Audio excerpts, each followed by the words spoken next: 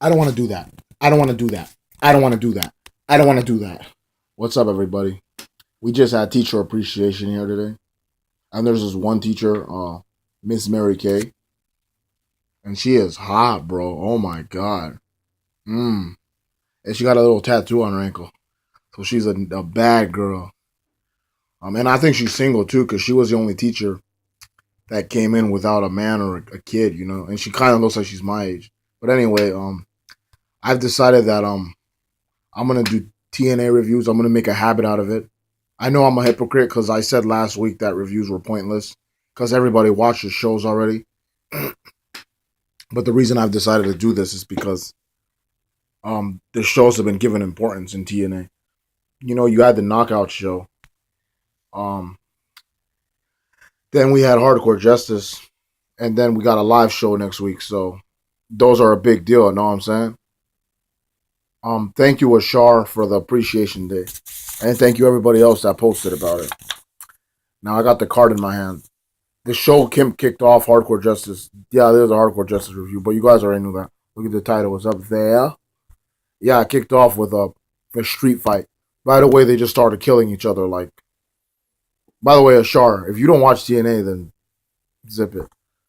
Anyway, they started beating the crap out of each other. It was the three members of the Revolution that are not James Storm and the Hardys and Davey Richards. It's kind of funny to see Davey Richards as a singles wrestler doing all these things because his partner is hurt. He's engaged to Davey Richards. He's engaged to Angelina Love. So even though he's not the world champion, he's the luckiest man on TNA. But anyway, uh, what some spots here happened that I remembered. Manic is fighting Davey on the outside, and then Koya like slams Davey in the ring, and then Abyss is beating the crap out of Jeff Hardy with a metal pipe. So then Matt comes out to save his brother with a chair. Just pummels Abyss with a chair with no mercy, man.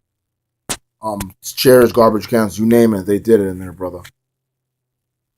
And yeah, the Hardys double teamed Abyss with a twist of fate, Swanton, and pinned him. And Storm, it looks like he's gonna leave the Revolution and do this Mickey James thing because it's like he smacked around Koya for losing a few weeks ago, and now he's like yelling at Abyss saying you're a failure. So it looks like he's about to kick out all the members one by one, and then do this thing with Magnus, which the Revolution is what it was. It needed to be built for Bound for Glory.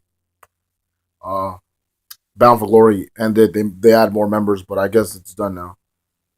Then Ken Anderson came out with something for EC3. He he talks for like a few moments, like, and then EC3 interrupts him like right away. It was like rush. And you know how EC3 said, "I want to be world champion." Well, this week Anderson's like, "I want to beat the streak," and I thought they were going to get it on at Slammiversary. I was hoping they wouldn't because I want this rush so that Carter could go after the title. But they're going to do it next week, brother, on the live show, and you fans get to vote. EC3 wants a boring arm wrestling match, and Anderson wants a brutal, hardcore falls count anywhere match, which I want. And I want Anderson's stipulation, but I'm picking Ethan Carter um, to win because he's got to stay strong for that future title shot, baby. The ladder match. A lot of people say that I like everything TNA does. Oh, and there's going to be a boring review because there's people outside. But I like everything in TNA, honestly. Yeah, I do. There isn't one thing that I would complain about. There are some things I don't care for, but there isn't nothing I would complain about. One thing I could say that I don't care for is the X division because they're just guys that come out in multi-man matches doing flippity flops, and we haven't had time to care about them because they don't get that much airtime. It's just the same people: Tigre Uno, Mandrews, Spud is like the only one with a character. This was a pretty good ladder match. Uh, there was one spot where all Mandrews and Tigre did was fly around. But King was like brutally and injured Spud, and Spud had his ribs bandaged. So as he's kicking Spud's like ah. But Kenny King won. I don't know why. Homicide interfered. I don't know why he needs it. I mean, he's in an angle already. Spud needed more time to shine, and he didn't. I'm gonna talk about Spud later on, though. So yeah, King wins. No reason for that. I like Kenny King, but there's no reason for that. I mean, Spud won the title like 2 days ago. Come on. Like I was saying, the next segment was Eric Young coming out, and I'm always happy to see Eric Young. And he said, he's crazy. He swerved us because what was happening was he said that he was not going to bring back the old Eric Young because Angle was right when he said that the title changed him, and it did change him. It made him into a lunatic. So he's challenging Angle to a stretcher match, which is fine. But then he said it's going to be a non-title match, which I have a problem with because why would you have the champion in a stretcher match if it's not for the title? And also, he's the contender. You know, he deserves the title shot. Sorry about that. I keep trying to move. Every place is occupied, and then it's the other rooms that aren't occupied are like really dark. So, yeah, Eric Young versus Angle, non-title stretcher match. Pisses me off. It should be for the championship. But, yeah. Now, I said I was going to talk about Spud later. Rockstar Spud is probably one of the only guys in the X Division that actually has a character. Uh, and he was saying that, like, he worked 14 years. He was backstage. And he said that he worked 14 years and the title was stolen from him. And the Beatdown Clan are a bunch of thieves. And I agree with him. He had a storyline going into winning the title. Him losing now was an absolute disgrace. But I don't mind it because he might go for the world title. If EC3 wins that como se dice Slammiversary, then Spud might win at Bound for Glory. And it wouldn't surprise me because I heard from the beginning that TNA had big plans for these two. And the thing that makes me smile about it is that Austin, Stone Cold Steve Austin, and Tommy Dreamer even said Spud could be a world champion. I know a lot of you idiots don't believe in him because he's too fucking small. But you guys cheer for Daniel Bryan and Seth Rollins. And unlike those two, Spud actually has a character. So yeah, I would not mind seeing it. And he's not even a bad wrestler. He's a good wrestler. And he's got a character. You know, so what if he's small? He has more charisma than half the NXT roster. So yeah, go Spud. Then it was the knockout title match. Brooke versus Taryn of the Dollhouse. They have a creepy promo with like porno music. They all come out holding hands with this creepy music. Ding, ding, ding, ding, ding, ding, ding. And then you guys like hot women and good wrestling. This match had both. So there you go. Taryn is title reign actually has an angle now because she's a bad character with a stable, you know, the Dollhouse. She has the whole package, you know. She can improve her acting, Taryn Terrell, because after she won, because she did win, she cut a promo, and she can improve her acting, but she used to not be able to wrestle either, and her years in TNA, she's gotten better, so that acting will improve in no time, especially since she looks like she's having fun with the Dollhouse. So Gail Kim came out, and they're like, "Oh, Gail Kim, I'm tired of living in your shadow." Gail Kim's like, "I don't want that," but then they're all talking bad to Gail, and then Gail comes out with Awesome Kong, who's her arch rival, and says there's going to be a tag team match next week. So I can't wait for that. I would even take a handicap match because Kong could take on multiple women alone. She's done it for years. I want to welcome the Dollhouse to TNA. It looks like they're here to stay, so that's a great thing, especially since I'm a fan of both women and Taryn. So yeah, now all the knockouts are going to unite to take down this Dollhouse threat, and I like it. You know, maybe you could add Brooke to their team and make it a 6-woman match. You know what I'm saying? So next it was a pipe on a pole match. This match was brutal. They beat the crap out of each other. Loki versus Drew Galloway. Drew Galloway picked up Loki and slammed his throat on the barricade. Ouch. Um, and then Drew hit him in his spine, and then Loki kicked him in the chest, and he's like, "Oh!" And then he put Drew's torso on a steel chair and did the Warrior's Way on his back. Bam!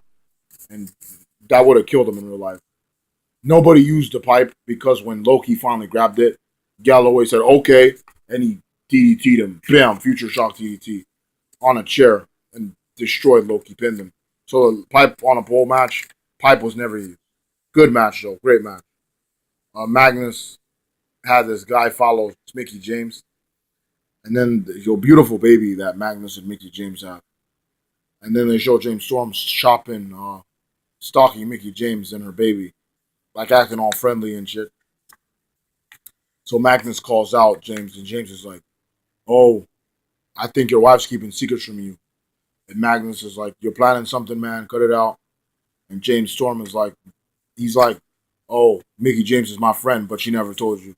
And then I don't know, it leaves a lot of questions raised. I can't wait to see where this is gonna go. My brother is freaked out. He's like, "I think this storyline is gonna go places where TNA shouldn't go." And I'm like, I just expect to laugh a lot.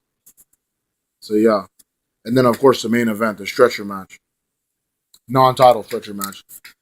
It being non-title, you already knew how it was gonna end. A lot of counters in this match. There was fighting on the stage. They were going down the ramp. Eric Young and Kurt Angle just beating up each other, countering each other's finishers. The crowd was really into this. Like they were pointing to the guardrail, and they were like, "Over here, over here." And Eric, man, he showed you guys who he was, man. Angle with the ankle slam, the Olympic slam, and then like he put him in the ankle lock. He put EY in the ankle lock. Eric counters that. He power drives Angle, and then he power drives him again, knocking him completely out. He drags him to the stretcher, and then he like hooks him in there, and then he wins the match, and he holds the title. This was an awesome show. I did not see Extreme Rules, but there's people whose opinions I value who say the show was better. I'm sure it was. The only problem I had with the show is that Eric should be the champion.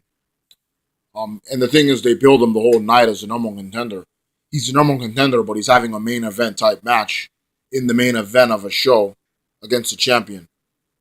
I just don't see what was the point in not making it a title match. Like, could you imagine going into the live Impact with Eric Young as champion, like a new beginning? Angle's done great, but it was Eric's time. He's had all the build for every single week, but whatever happens, happens. Maybe he'll get a title shot next week in the live show. Billy Corgan, I can't wait to see what he does. I think this live show is going to be his first task as the man in charge. I heard Pope D'Angelo De Niro is also going to be there. Big things are coming for TNA. This live show is going to be a reset. Um, so yeah, I can't wait. Big things are coming for TNA. The road to Slammiversary begins. Manny Pacquiao versus Floyd Money Mayweather. Okay fight. Decision, predictable Mayweather decision win. What they do. The only memorable spot was when Pacquiao was tagging him, and Money's like, nope, nope, nope. But it's whatever. But yeah, TNA was the show to watch this week. It just really sucks that a lot of people didn't watch it. I don't know what that is. Anyway, I might do a response to OTRS. Um, I was gonna do a response to Michael Williamson, but I don't need to because I made a video earlier this year saying pretty much what I wanted to. So yeah, to say to him anyway. So yeah, I also want to do one of those live stories like I did earlier this week about the Psycho Chicks. That was fun to do, so I can't wait to do it. Take it easy, guys. And TNA, the road to Slammiversary has begun.